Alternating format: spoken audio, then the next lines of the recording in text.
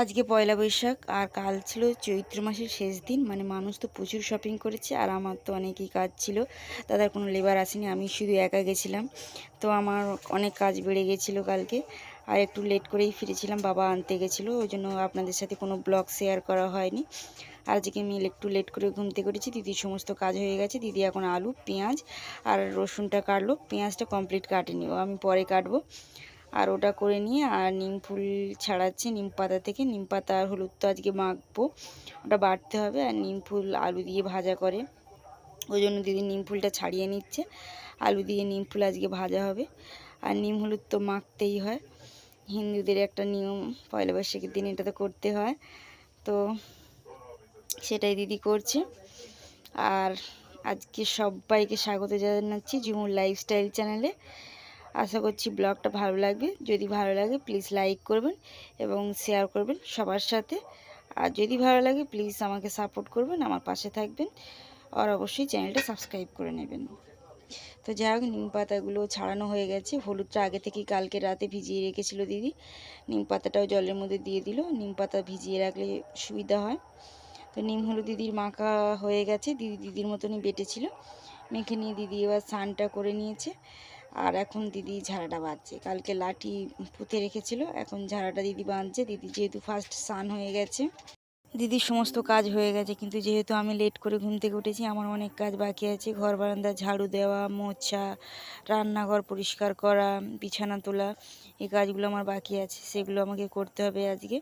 তো তাড়াতাড়ি করব। আর দিদি এদিকে ঝাড়াটা বাঁধছিল, আমি হেল্প করতে পারতাম, কিন্তু আমি যেহেতু স্নান করিনি হেল্প করতে পারিনি। পেঁয়াজের খোসাগুলো দিদি ছাড়িয়েছিল, পেঁয়াজগুলো আমি কেটে দিলাম, আর চিচিঙ্গেটা কাটলাম।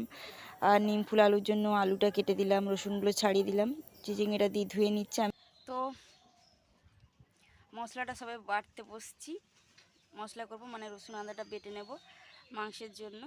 এখনও আমার স্নানটা হয়নি মানে নিম হলুদ দিদি খানিকটা মেখেছে, যেটুকু মেখেছে বেটেছে, আর অল্প একটু আছে। আমি যেটা বাটবো সেটা মা, বাবা, ভাই মাখবে, আর আমি মাখবো, এখনও বাটা হয়নি নিম হলুদ।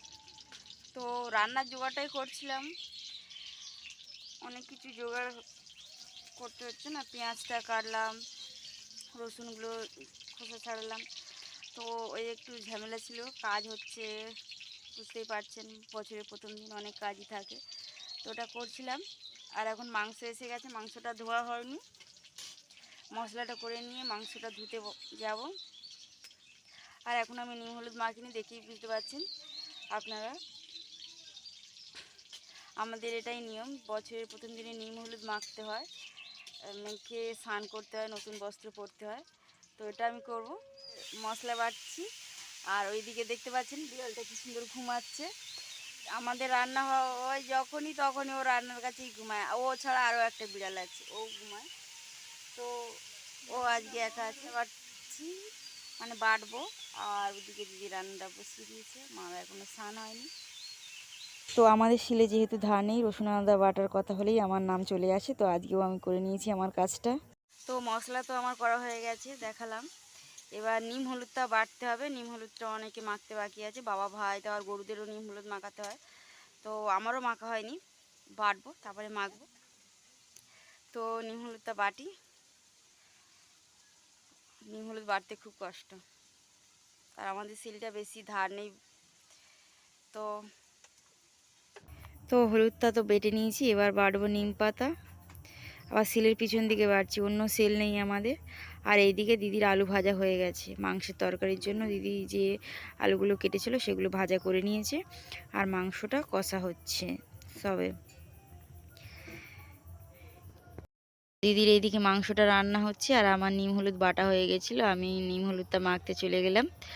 এখন নিম হলুদ অত কেউ মাখে না, কিন্তু আমার মাখতে খুবই ভালো লাগে, আর এটা হাম বসন্ত হয় বলে এই সময় এটা মাখতে হয়। এক বছর তো আমাদের খুবই হাম হয়েছিল, তো এটা আমি সবসময় মাখি। নিম হলুদ মাখতে আমার খুবই ভালো লাগে, আর হলুদ তো ত্বকের মানে স্কিনটা ভালো রাখে। আমি বছর আরও 1-2বার হলুদ মাখি সবসময়। আমার মানে হলুদটা, বেসনটা মাখতে আমার খুব ভালো লাগে, এগুলো তো ত্বকের জন্য খুবই উপকারী। আপনারাও মাখবেন বেসন কিংবা হলুদ, এগুলো তো মানে রঙটা উজ্জ্বলই রাখে।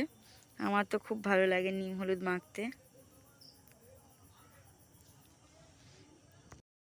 তো নিম পাতা হলুদ তো আমার মাখা হয়ে গেছে, কিন্তু এখনও গরুদের মাখা হয়নি। তো আমি নিম পাতা হলুদটা এবার গরুদের মাখাবো আর গরুদের স্নানও করাবো। বাবার তো শরীর অসুস্থ, আমি স্নান না করালে হবে না। আমি স্নান করাবো আজকে হলুদ, আর এটা এখন ওদের মাখাবো। আমি চলে এসেছি গোয়াল ঘরে, আর এই যে নিম পাতা হলুদ নিয়ে চলে এসেছি। গরুগুলোকে একে একে মাখাবো। আমাদের হচ্ছে 4টে গরু, দুটো বাচ্চা। আর গরুগুলো দেখুন একে একে কি সুন্দর দাঁড়িয়ে গেল আমি আসাতে, দাঁড়িয়ে পড়েছে। আর এদের এগুলো এখন মাখাবো, মাখিয়ে স্নান করাবো।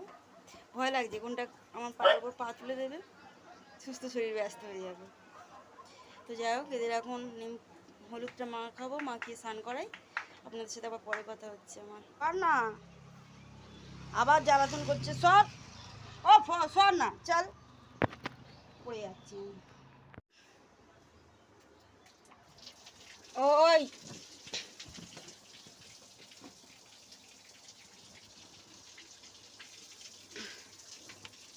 দাঁড়া দাঁড়া, মা সব পালাচ্ছে।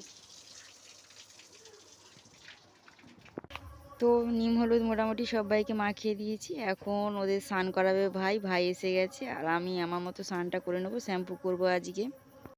তো এদিকে দিদি আমটা কেটে নিচ্ছে, আজকে আমের চাটনি হবে বাড়িতে। আমের চাটনি তো খেতে খুবই ভালো লাগে আমার।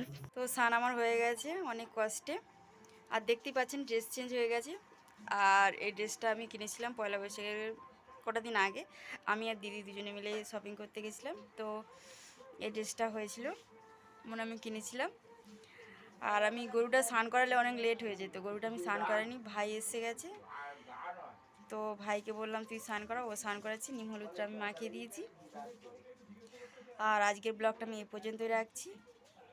আশা করছি ব্লগটা ভালো লেগেছে। যদি ভালো লাগে প্লিজ লাইক করবেন, শেয়ার করবেন বন্ধুদের সাথে, এবং অবশ্যই আমাকে সাপোর্ট করবেন এবং আমার পাশে থাকবেন। আর কিছু ভুল হলে অবশ্যই আমাকে কমেন্ট করে জানাবেন। এবং ছোট্ট আমি অবশ্যই আপনাদের থেকে অনেক ছোট হব, আমার অনেক ভুল অবশ্যই হবে, মানুষ মাত্রই ভুল করে। তো যেসব ভুল হবে অবশ্যই ক্ষমা করে দেবেন আর আমাকে সাপোর্ট করবেন। থ্যাংক ইউ সো মাচ সবাইকে।